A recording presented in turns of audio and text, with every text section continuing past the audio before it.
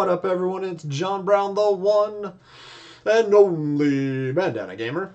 It is time to get back into the swing of things. I have been lax these last 2 months and kind of taken some time off from my features, but it is time to get back into Game Pass Game of the Month, and we are here in February 2021.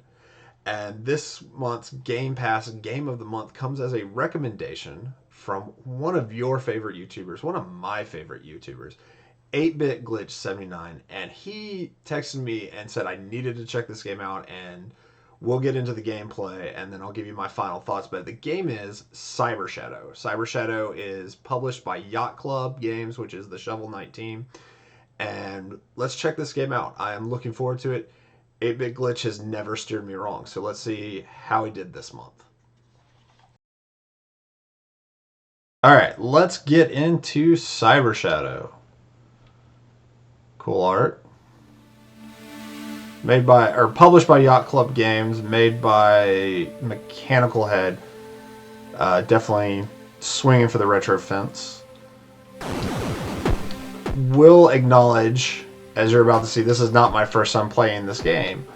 I've been having some technical problems with recording, so I'm going to start it over again. And kind of just give you my feel as we play through the first level. I am going to skip story because I don't want to spoil anything, but this game has a great retro feel. It is clearly a love letter to not just like Ninja Gaiden or Shinobi, but this game has a lot of references to Mega Man, Contra, some Castlevania stuff, and probably a bunch of stuff I haven't even recognized as throwbacks.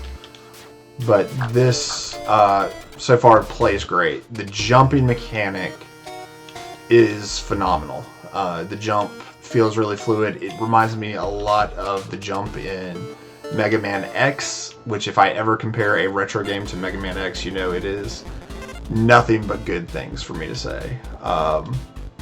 So going to the geothermal towers. So this has kind of got a cyberpunk, dystopian future kind of vibe to it. And by cyberpunk, I mean the genre, not the controversial game that just came out. But soundtrack is amazing. Hits all the right feels for NES. This is a modern game with a retro feel that is done as well as Bloodstained Curse of the Moon 1 and 2. This just has a great modern feel, or great retro feel, let me say, but clearly has benefited from coming from the modern era, and it just feels great. I generally am terrible at games where this style of game where the protagonist has a sword and not a blaster, and this gets really good at how it feels, and if you practice and play at this game, you automatically get better. It is not needlessly punishing. It's not easy, it's not a cakewalk, but it does take some skill and take some practice. But so far, great feel. The aesthetic is great. The graphics are great. I can't recommend playing this game any more than I will say. Like, this is just a phenomenal experience, and I will say I'm very mad at 8-Bit Glitch, who has now stolen hours of my life because I will keep playing this.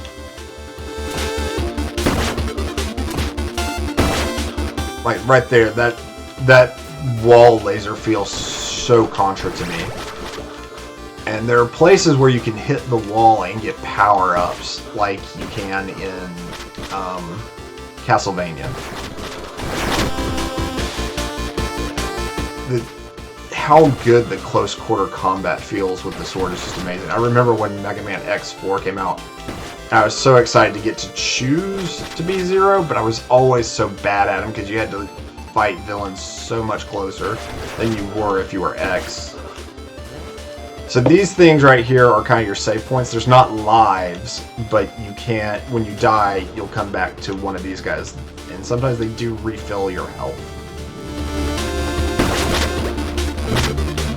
Okay, sure, I'm dodging. There we go.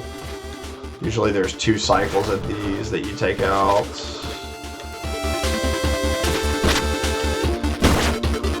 Been looking a little bit at, this is also on the Switch, and I would assume on the PS4.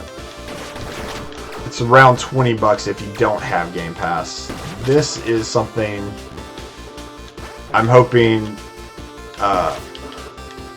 Yacht Club has plans to put out a physical, or another company has plans to put out a physical. This is a game I would love to see in the collection. And I was not paying attention to my health. I was just talking. Okay. Let's try this again, shall we? Taking that hit. One more of these. Boom. I'm not sure what those do. Oh, this music. This aesthetic. This is great. I just am so enamored with this game. It's terrible on my part, not being super smart with how I'm playing.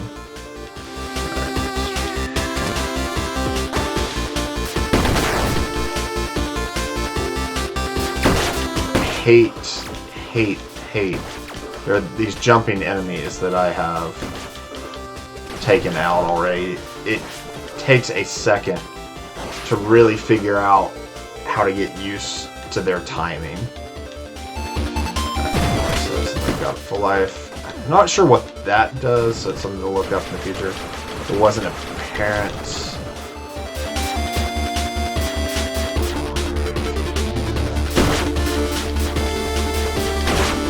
See, these bad guys that are just kicking my butt because I'm not paying attention to what I'm doing have such a Mega Man feel. I am thankful they are not invincible like the Mega Man ones are.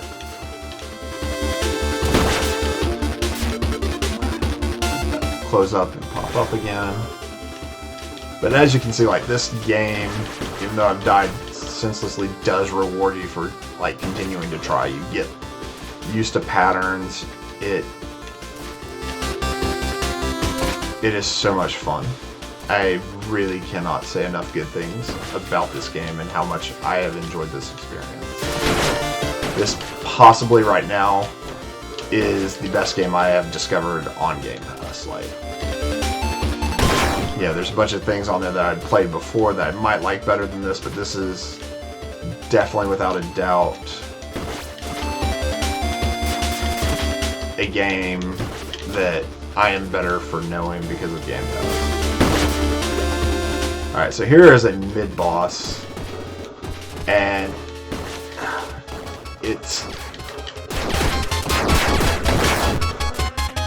not a super easy mid-boss, but once you get used to what the mid-boss does, it's not too terribly hard.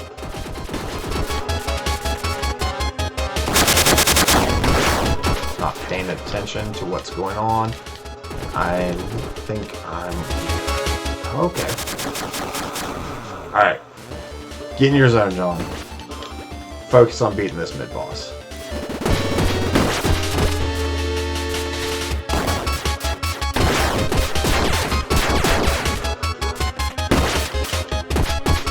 Here.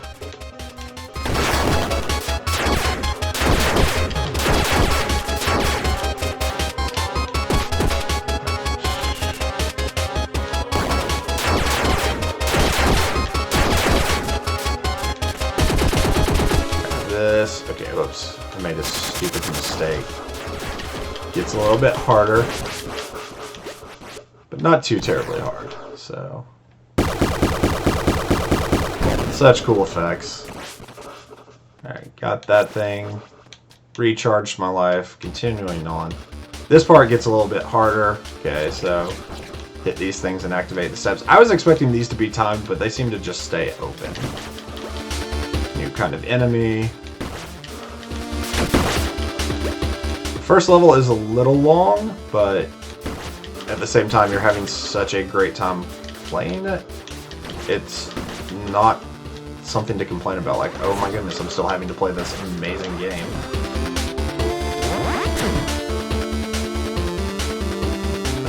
Back. Fire.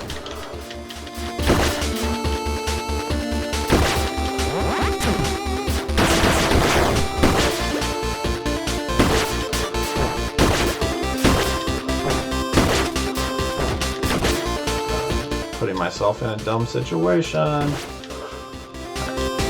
Got some more health. Got some more health. Another stair to keep an eye out for.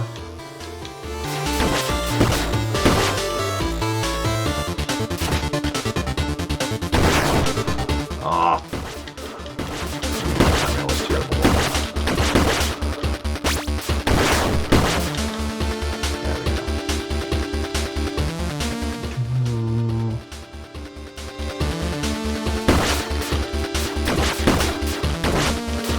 No! Hate when I make a stupid mistake.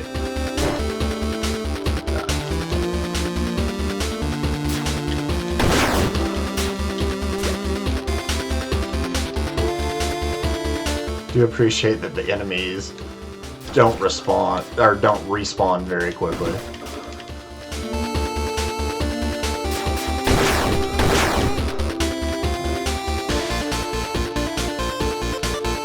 The fun little section.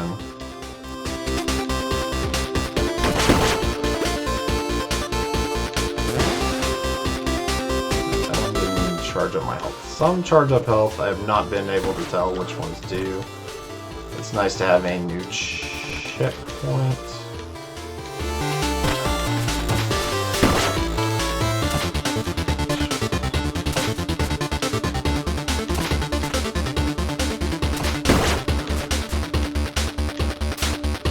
Next one pops up.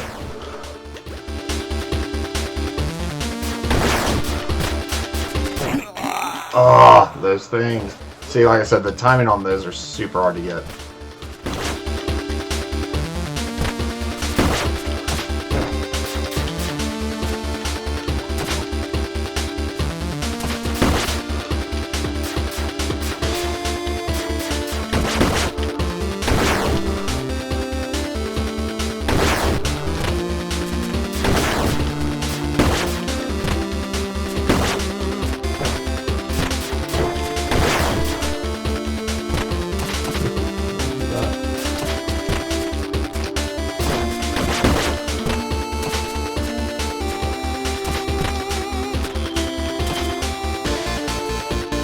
Be a fun little section. There's a bad guy that'll come down. Ugh! Making dumb mistakes, but this is such a great game, y'all. Y'all are probably tired of me saying just how great a game it is. But the atmosphere, the music, all A+.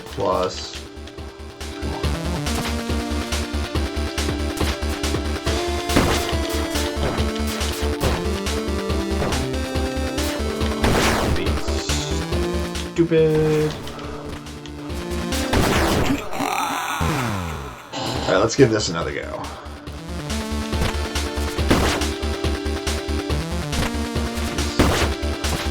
This guy's gonna do stuff and then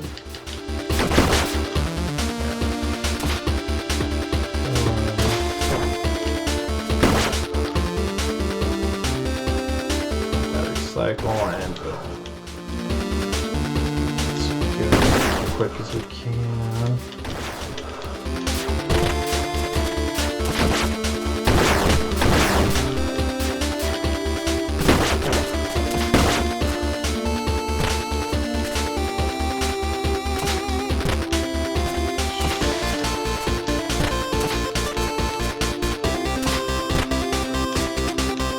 Here we go.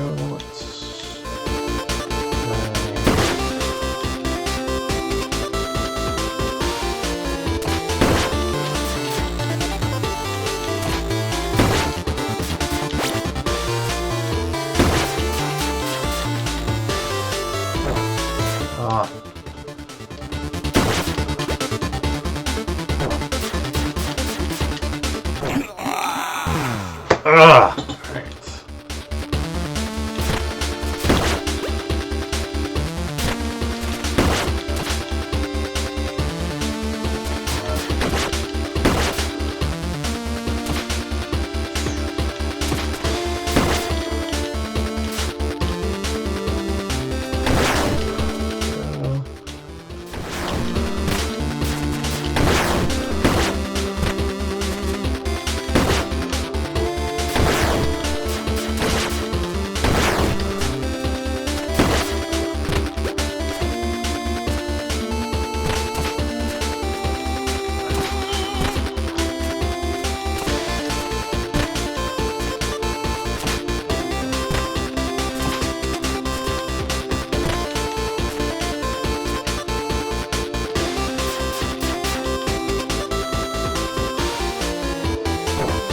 Oh, how many times have I known to jump to trigger that enemy before getting on those platforms?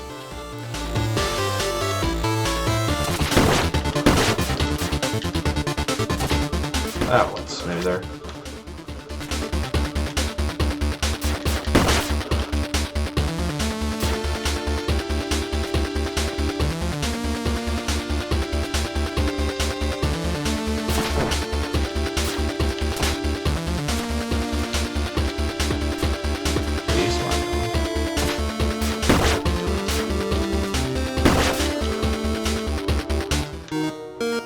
Haha.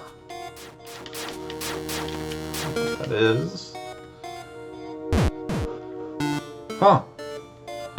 Weird things are afoot. Person disappearing. Really great animation. I don't want to give too much of the story away, but there's some really cool stuff done with an appreciation of how you tell stories with 8-bit style gameplay.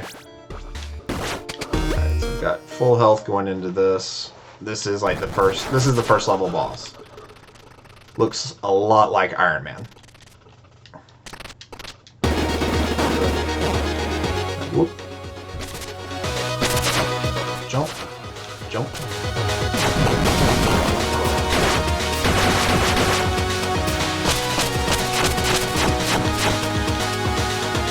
Yeah, it's a fairly easy pattern to get used to. Jumping soon enough. You do have to take his life bar down twice. There we go. Does this. There's his blades, which remind me of Sawman and Mega Man.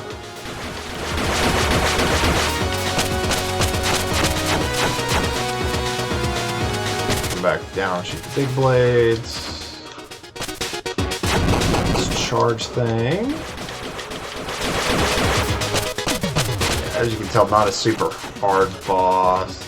Does change up the pattern a little bit, and that was stupid on. That was so dumb on my part. Needlessly did that. Alright.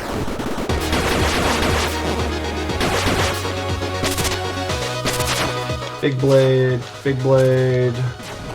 charge, unleash heck. Alright, gonna do the things we run away from, and as he goes along and takes more damage, he'll do more of those kind of shots, and so you kind of can't just run while you gotta do a little bit more dodging. Okay, here come the big blades. Comes with his charge.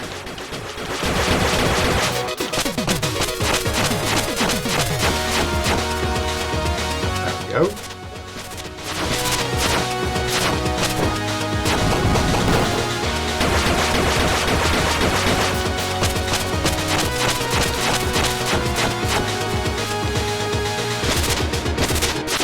Big blade, big blade, big blade. There we go. And that's the first level. We'll go back to sum up my final thoughts on my first impression. But I think you can pretty much tell how I feel about this game. Once again, 8-bit Glitch has not steered me wrong. That is possibly the best game I have played on Game Pass. Graphically, it fits with what it's going for. It is a love letter to the NES. I talked about it. You see all the old games in there. You see a little bit of Contra. You see a little bit of Mega Man. You see a little bit of Ninja Gaiden. And so many others. It is just so clearly a team that loves and understands the NES and what made it great. The mood is, post-apocalyptic, cyberpunky, grim and gritty, and really great. One thing I really love in the gameplay is, I'm playing the introduction stuff and not getting super far because it is definitely punishing. But it doesn't tell you a lot. It doesn't like give you screens that explain how to do things. You just have to figure it out, and that's one thing I miss about the old retro game eras. Uh, this game is great. I can't say enough good things about it. Playing it is so much fun if you love retro gaming.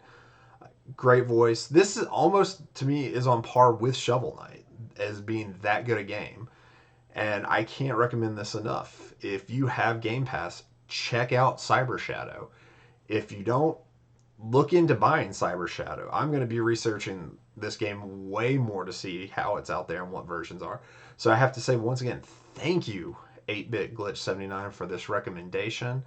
This was a lot of fun to play, and you've probably stolen hours of my life as I'm about to stop recording this and get back to playing Cybershadow.